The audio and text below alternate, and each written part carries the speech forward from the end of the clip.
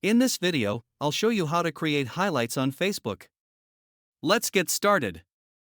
Facebook highlights allow you to keep your favorite stories, photos, or videos on your profile even after they expire.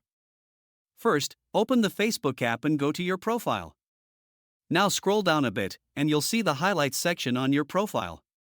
Next, tap on the three dots in the top right corner. From the menu, select Add to Highlights. Here, you'll see your stories, including active stories and your story archive.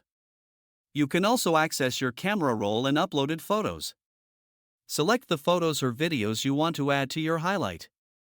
After selecting them, tap Next. Now choose a cover image for your highlight.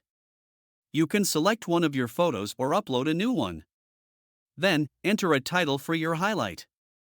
Once everything is set, tap Done. And that's it. Your highlight will now appear on your profile. You can always add more highlights later by tapping on New Highlight. If you find this helpful, don't forget to like and subscribe.